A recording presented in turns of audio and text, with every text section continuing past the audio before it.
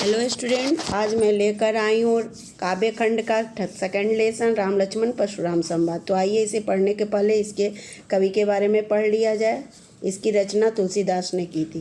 तुलसीदास का जन्म उत्तर प्रदेश के बांदा जिले के राजापुर गांव में सन 1532 में हुआ था। कुछ विद्वान उनका जन्म स्थान सोरो भी मानते हैं। तुलसीदास का बचपन का नाम रामबोला था। आगे चल के उन्होंने अपने बचपन के नाम का पूर्णतः चरितार्थ किया। अपनी रचनाओं के आधार पर वे एक साथ कवि, विद्वान, लोकनायक, समाज सुधारक, भक्त एवं दार्शनिक सिद्ध हुए हैं। उनका जन्म उत्तर प्रदेश के बांदा जिले में हुआ था, ये तो बता ही दी हूँ। अब देखिए, उन्होंने रामचरितमानस की रचना की। रामचरितमानस उत्तर भारत की बहुत ही लोकप्रिय महाकाव्य है। इन्होंने इसकी रचना किस भाषा में की थी? अवधी भाषा में की थी तथा कवितावली, विनय पत्रिका की रचना ब्रज भाषा में की थी। अब देखिए, इसके बाद अब चलिए और कुछ महत्वपूर्ण चीज़ें बता दूं मैं इसमें का। और इनका मृत्यु कब हुआ था? तो 1623 ईस्वी में काशी में हुआ था। चलिए आगे अब स्टार्ट करते हैं। राम लक्ष्मण परशुराम संवाद। राम लक्ष्मण परशुराम संवाद, पहले ये समझ लीजिए कि ये राम लक्ष्मण परशुराम संवाद, ये तीनों में जो संवाद हुआ था वो कब की घटना है? तो राम लक्ष्मण परशुराम संवाद महाकाव्य तुलसीदास द्वारा रचित रामचरितमानस महाकाव्य के बाल खंड के अंतर्गत राम लक्ष्मण परशुराम संवाद के खंड से उद्धृत है। यह उस समय का उल्लेख है जब मिथिला नरेश जनक ने अपनी सुपुत्री जानकी के लिए स्वयंवर रचाया था और उसमें शिव के प्राचीन एवं भारी धनुष पर प्रत्यंचा चढ़ाने की शर्त रखी थी।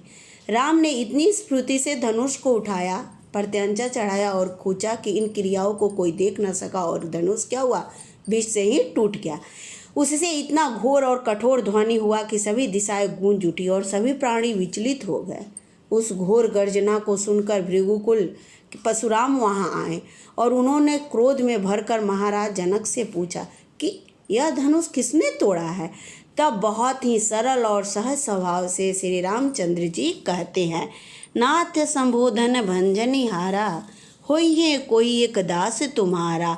आयसु कह काहे कही ये किन मोही, सुनि ऋषियाए बोली मुनि कोही। सेवकु सो जो करे सेवकाई, अरि करनी करी करई लड़ाई।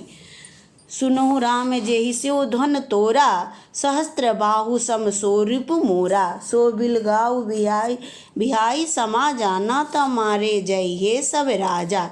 सुनि मुनि बचन लखन मुस्काने, बोले पशुधरहि औ माने। बहु धनु ही तोरी लरकाई, कबहु न असरिस किन्हि गोसाई। यही धनु पर ममता के ही हो तू, सुनु ऋषियाई कहे भृगुकुल केतु। अब देखिए, जब वो बहुत ही शांत, सरल, सहज स्वभाव से, क्योंकि उनके अंदर नर्मता कूट कूट करती, किनके अंदर? रामचंद्र जी के अंदर, श्री राम के अंदर। बोले कि हे नाथ, आपके शिव के धनुष को तोड़ने वाला आपका ही कोई दास होगा। आप आज्ञा दीजिए कि आप किस प्रयोजन से यहाँ आए हैं। क्रोधी मुनि यह सुनकर और भी क्या हो गए? क्रोधित हो गए। बोले, सेवक वही होता है जो सेवा का कार्य करता है और शत्रुता के कार्य करने वाले के साथ तो लड़ाई ही करनी चाहिए। हे राम, सुनो, जिस किसी ने यह धनुष तोड़ा है वह सहस्त्रबाहु के सम मेरा क्या है? शत्रु है। वह शीघ्र इस समाज को छोड़कर अलग हो जाए, नहीं तो सभी राजा मारे जाएंगे। मुनि के इस प्रकार के वचन को सुनकर क्या हुआ? लक्ष्मण जी क्या हुए हैं? मुस्काए और परशुराम जी का अपमान करने के उद्देश्य से बोले। देखिए, सुनी मुनि बचन लखन मुस्काने, बोले पशुधरहि औ माने। मुस्काए और परशुराम जी को अपमान करने के ध्येय से बोले, बहु धनु ही तुरी लरकाई, कभू न असरिस किन्हीं गोसाई। कह रहे हैं कि हे मुनि, इस प्रकार मैंने बहुत ही धनुष बचपन में तोड़ा है, लेकिन इस पे किसी भी गोसाई ने इस तरह की गुस्सा नहीं किया। किस तरह? जिस तरह से परशुराम जी क्रोधित हुआ, जिस प्रकार आपने क्रोधित हुआ, किसी ने इस तरह से क्रोध नहीं किया। फिर इस धनुष पे इतनी ममता किस कारण है? यह सुनकर क्या हुआ? यह सुनकर क्या किए? भृगुकुल यानी परशुराम जी क्या थे? वह भृगुकुल के ध्वजा के स्वरूप थे। तो ध्वजा स्वरूप यहाँ देखिए क्या है? भृगकुल केतु यानी भृगकुल के ध्वजा स्वरूप कौन? परशुराम जी। और क्रोधित होके बोले कि कह रहे हैं हे रिप कालवश बोलत तो ही न समार धनु ही सम त्रिपुरारी धनु विदुत सकल संसार। कह रहे हैं कि अरे राजपुत्र तुम काल के बस में हो, इसलिए संभाल कर होश में नहीं बोल रहे हो। समस्त संसार में विख्यात शिव जी का यह धनुष क्या धनु ही के समान है? यानी जिसकी वो तुलना कर रहे थे, तो उसी पे ये परशुराम जी बोले। चलिए आगे की कड़ी मैं पढ़ा रही हूँ। लखन कहाँ हंसी हमरे जाना सुनो देव सम धनुष तुम्हारा। अब कहे वो हंस के क्या बोले? लखन जी हंस कर कहे कि अरे सुनिए देव हे मुनि, हमने तो सब धनुष को क्या किया? एक समान एक जैसे हैं। हमारे समझ से तो सारे धनुष क्या एक समान है। इस पुराने धनुष को तोड़ने में क्या लाभ और हानि का क्षति लाभ जनु धनु तोड़े। यानी यह पुराने धनुष को तोड़ने से क्या लाभ और क्या हानि है। देखा राम नयन के भोरे, राम ने तो इसे नए के भ्रम में देखा और छूते ही क्या हुआ? यह धनुष श्री राम जी के छूते ही यह धनुष टूट गया। इसमें उनका कोई दोष नहीं है।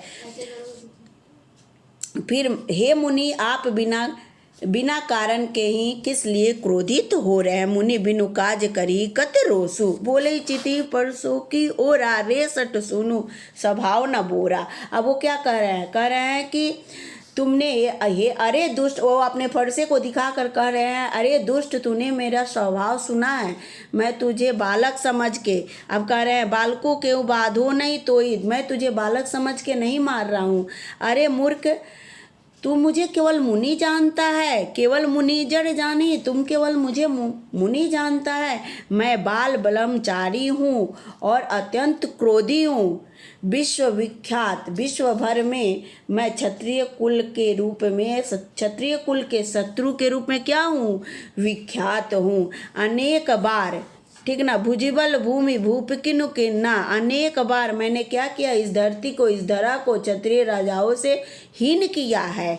यहाँ देखिए हीन किया। और विपुल बार मही देवन दीनी, और उसे क्या किया? बहुत बार उसे ब्राह्मणों को दे डाला है। हे राजकुमार सहस्त्रबाहु के भुजाओं को छिन्न भिन्न करने वाले इस फरसे की ओर देख। सहस्त्रबाहु भुज छेद निहार है, यानी छिन्न भिन्न करने वाले इस फरसे की ओर देख कर रहे हैं हम। फिर क्या करें? मातु पिति जनी सोच बस करी महिष किशोर गर्भई के अबरक दलन परसु मोर अति घोर। फिर कह रहे हे राजपुत्र जन्म देने वाले अपने माता पिता के सोच के वश न कर। मेरा फरसा इतना कठोर और भयानक है कि गर्भों में भी पल रहे बच्चों का क्या कर देता है? नाश कर देता है, नाश करने वाला है। बीसी लखन बोले मृदवानी अहो मुनिसु महाभट मानी, पुनि पुनि मोय दिखाओ कुठारू चाहत उड़ावन फूकू पहाड़ू। अब लक्ष्मण जी क्या करें? हंसकर व्यंग वाणी में बोल रहे हैं ओह मुनिवर मुनीश्वर, आप तो अपने को महान योद्धा मानते और बार बार मुझे कुल्हाड़ा दिखाकर डरा रहे हैं। आप तो अब क्या कर रहे हैं? कुठारू चाहत उड़ावन फूकू पहाड़ू, आप तो फूक कर पहाड़ को उड़ाना चाहते हैं। अब फिर करें यहाँ कुमड़ा बतिया कोई नहीं, यहाँ कोई काशी फल नहीं है। कुमड़ा का बतिया यानी बहुत क्या होता है? वो कोमल होता है और नाजुक होता है। उसकी तुलना किससे की गई? काशी फल से, यानी कुमड़ा के फूल से के समान कोई कमजोर या दुर्बल व्यक्ति नहीं है, जो आपके तर्जनी दिखाने से क्या हो जाएगा? मुरझा जाएगा। जे ही तर्जनी देखी मरी जाही, यानी तर्जनी को देख कर क्या हो जाएगा? मुरझा जाएगा। फिर कह रहे हैं कि मैंने कुछ अपने क्रोध को रोक कर सुन रहा हूँ। कौन कह रहे हैं? कह रहे हैं मृगसुत देख कुठारू सरासन बारा, मैं कुछ कहा सहित अभिमाना। अब कह रहे हैं मैं अपने क्रोध को रोक कर सुन रहा हूँ, क्योंकि यहाँ है कि कुमड़ावती ने तर्जनी देखी मारी, देखो कुठार सरासन। आप मुझे बार बार अपने कुठार को क्या कर रहे हैं? दिखा रहे हैं। बार बार क्या कर रहे हैं?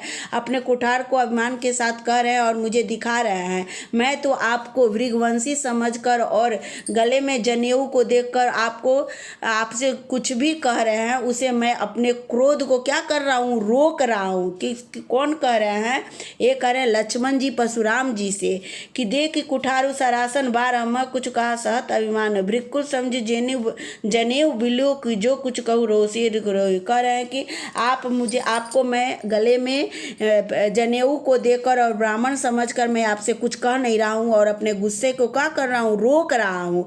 सुर महिषुर अरिजन अरुगाई हमरे कुल इन पर न सुराई। कह रहे हैं कि सुर यानी देव और महिषुर मीन्स भक्त, जो भगवान के भक्त होते हैं, और भगवान देवता भगवान के भक्त और गाय, इन पे क्या किया जाता है, देवता महिषुर ब्राह्मण, देवता ब्राह्मण भगवान और भक्त और अरुगाई और गाय, इन पे क्या किया जाता है, हमारे कुल में वीरता नहीं दिखाई जाती है, क्योंकि इनके मारने से क्या होते हैं, बधे पापू अपकृति हारे, इनके मारने से पाप होता है और हारने से अपकृति, मारने से क्या होता है, मारने से पाप लगेगा और इनसे हारने से अपयश अपकृति होगी।